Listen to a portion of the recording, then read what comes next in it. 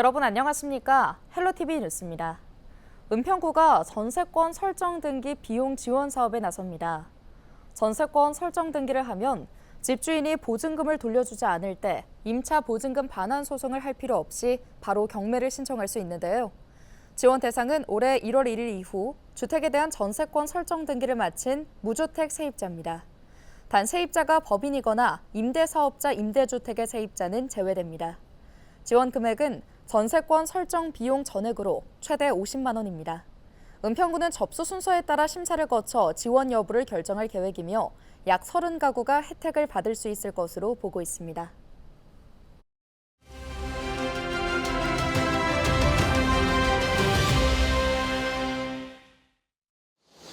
제9대 은평구회가 후반기 의정활동에 돌입했습니다. 후반기 행정복지위원회는 이미경 의원이 이끌어가게 됐는데요. 이미경 의원을 만나 앞으로의 활동 계획 들어보겠습니다. 안녕하세요. 반갑습니다. 네.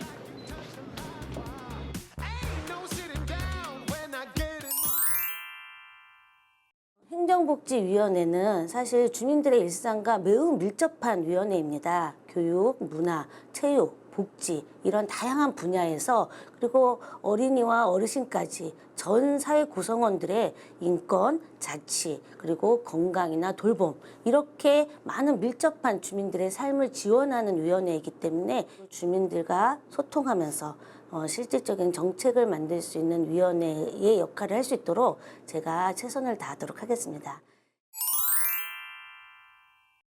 대한민국의 현안이 그렇듯이 우리 은평구도 사실 저출생과 고령화가 가장 중요한 현안이라고 생각을 합니다. 사실 노령 인구가 20%가 넘었어요. 초고령 사회라고 할 수 있습니다.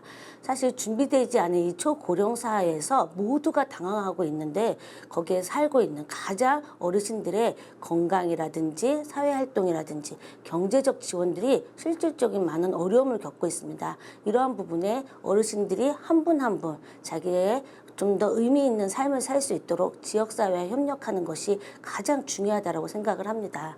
뿐만 아니라 태어나는 모든 어린이들이 건강하게 살아나갈 수 있도록 안전한 지역 체계를 만드는 것이 저희 위원회가 할 일이라고 생각을 합니다. 지역사회에서 부족하다라고 얘기하는 교육, 그리고 문화, 체육에 대한 인프라를 학교가 좀 제공하는, 그래서 서로 함께 살아가는 마을을 만들어내는 것이 지금 좀 정책은 만들어졌으나 실질적으로 구현이 되고 있지 않거든요. 그러한 부분이 실질적으로 좀 이루어졌으면 좋겠다라는 생각을 합니다. 이 평생교육과 시민교육은 주민들이 서로 협력할 수 있는 사회 구조를 만드는 데 가장 중요하다고 생각을 합니다.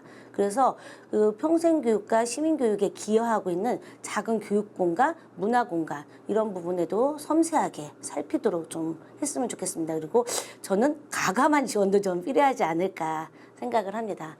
그리고 이제 제가 좀 중요하게 생각하는 것은 코로나 이후에 학교를 그만둔 청소년이 기하급수로 늘어났습니다. 이러한 청소년들이 보다 지역에서 안정적인 교육을 받을 수 있도록 지역 환경의 개선뿐만 아니라 그들의 삶에 대한 지원도 좀 구체적으로 지원해야 되지 않을까라고 생각을 합니다.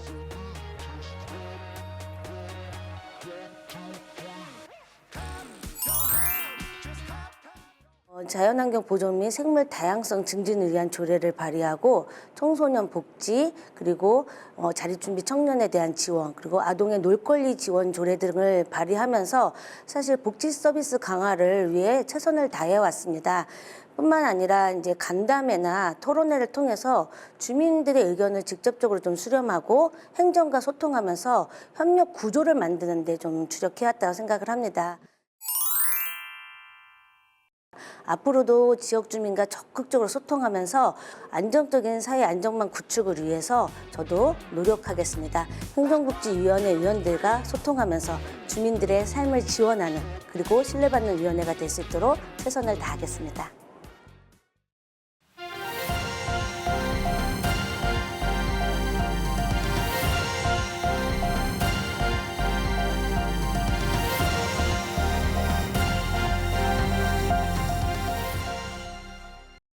장마가 물러가고 무더위가 연일 이어지고 있습니다. 7월의 마지막 날 전국 대부분 지역의 온도계는 30도를 웃돌며 폭염경보가 발효 중인데요. 시민들의 건강도 우려되는 만큼 지역에서는 폭염 대응에 총력을 기울이고 있습니다. 홍하영 기자입니다. 장마가 물러선 자리에 폭염이 들어오며 낮에는 따가운 햇볕, 밤에는 열대야가 기승을 부리고 있습니다. 7월의 마지막 날인 31일, 전국 대부분 지역의 낮 기온은 30도가 넘었고 강릉 등 일부 지역은 35도를 넘어섰습니다. 계속해서 무더운 날씨가 이어지고 있는 가운데 건강에 대한 우려도 커지고 있습니다. 폭염 속 사람의 신체 온도가 어떻게 변하는지 제가 직접 체험해 보겠습니다. 대구 시민안전 테마파크에 조성돼 있는 폭염 체험관. 41도로 설정된 체험관 안으로 들어서자 후끈한 공기가 답답하게 느껴지고 이내 코와 이마에 땀이 맺혔습니다. 의욕이 넘치던 걷기 활동은 점점 힘겹게 느껴졌습니다. 폭염 체험 부스에 들어가자마자 굉장히 덥다고 느꼈습니다. 그리고 들어간 지 10분 만에 온몸에서 땀이 나기 시작했습니다.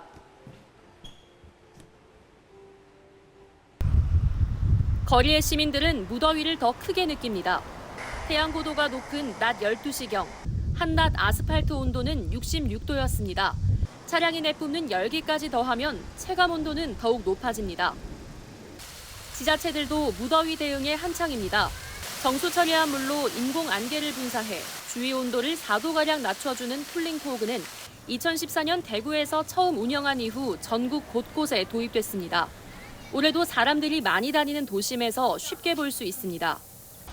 가로수가 없지만 사람들이 많이 머무는 곳엔 그늘막이 뜨거운 태양으로부터 지켜줍니다. 특히 지역에서 도입한 스마트 그늘막은 해가 뜬 이후 기온이 일정 온도를 넘어가면 자동으로 펼쳐집니다. 양산을 대여해주는 곳도 있습니다. 과거엔 여성들의 소품으로 여겨졌지만 양산 하나로 체감 온도를 10도나 낮추는 효과가 있다 보니 남녀노소 모두가 이용하는 여름 필수품입니다.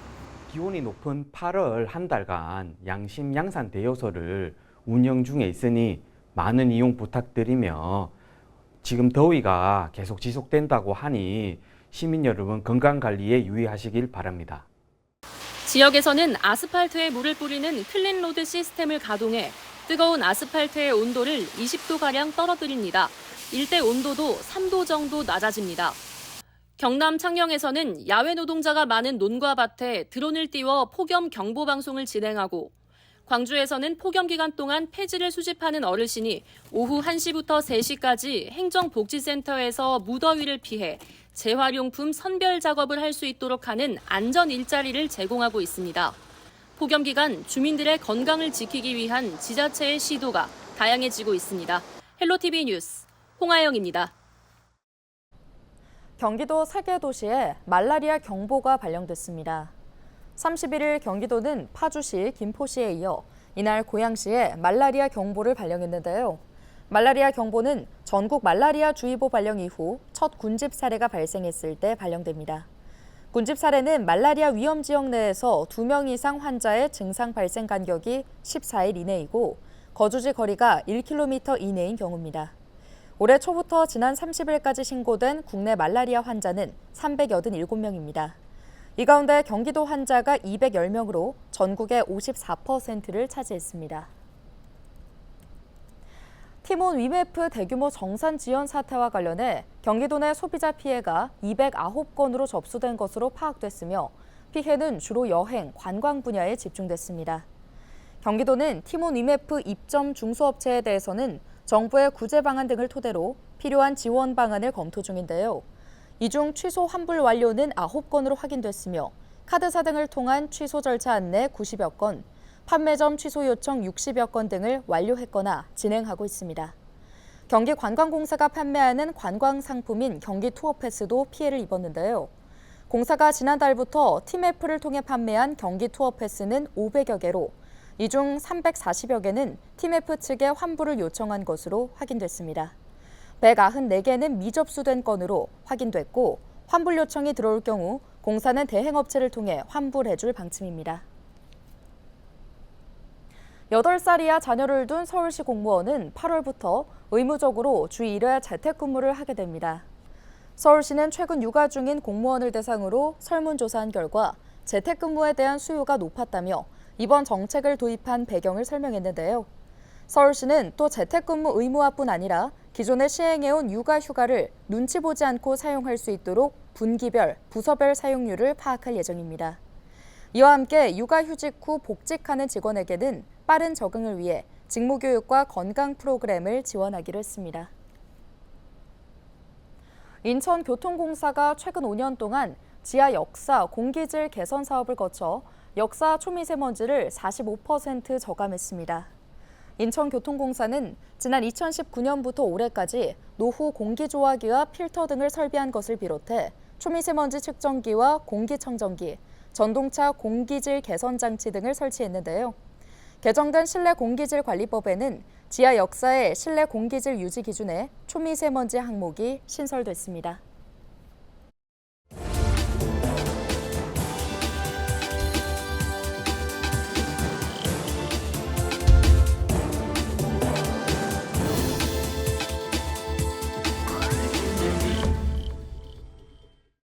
케이블 TV 공동기획 지역회생 프로젝트 지역을 살려라 순서입니다.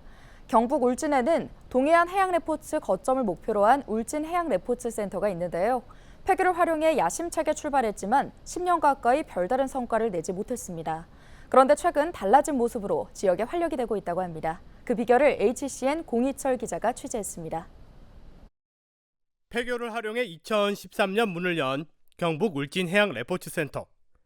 야심차게 출발했지만 그동안 위탁업체만 수차례 바뀌는 등 기대에 미치지 못했습니다.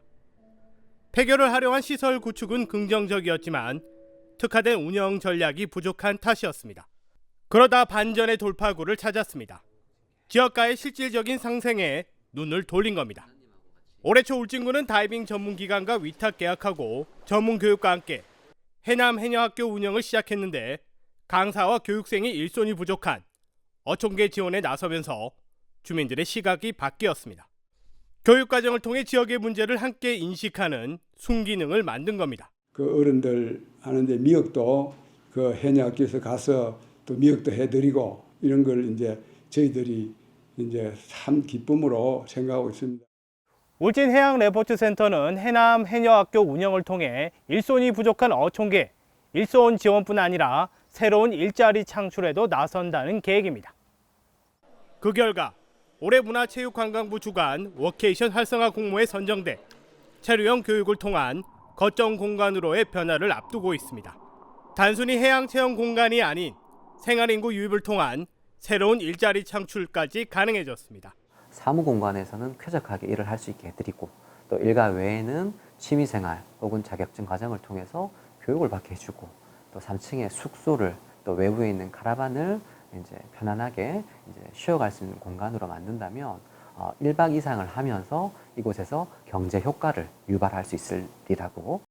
해양교육 프로그램의 다각화를 위한 업무 협약 등도 잇따라 경북권을 넘어 수도권 학교의 방문까지 늘고 있습니다. 울진까지 멀리 온다고 해서 걱정을 많이 했는데 여기가 되게 공기도 맑고 시설도 제 생각보다 더 깨끗하고 잘 갖춰져 있어서 정말 놀랬고요. 5일 동안 여기서 지내야 돼가지고 좀 걱정이 많았는데 생각보다 시설도 엄청 깨끗하고 그리고 여기가 강사님들도 되게 친절하고 시설도 엄청 물이 맑아가지고 생각보다 좀 교육보다도 노는 느낌으로 할 수 있어서 좋았습니다. 설립 목적에 맞게 운영하면서도 지역가의 상생에 좀 더 무게를 둔 공공시설. 속도는 더딜 수 있어도 지역의 활력을 이끌 수 있는 하나의 사례가 되고 있습니다. HCN 뉴스 공희철입니다. 경기교통공사 민경선 사장은 세종시 국토교통부 대도시권 광역교통위원회를 방문해 다양한 경기도 교통 현안에 대해 논의했습니다. 이날 민경선 사장은 경기도민의 수도권 대중교통 활성화를 위한 지원과 경기도만의 철도 운영 체계를 구축할 수 있도록 대강의의 지원을 요청했습니다. 오늘 준비한 소식은 여기까지입니다. 함께해 주신 여러분 고맙습니다.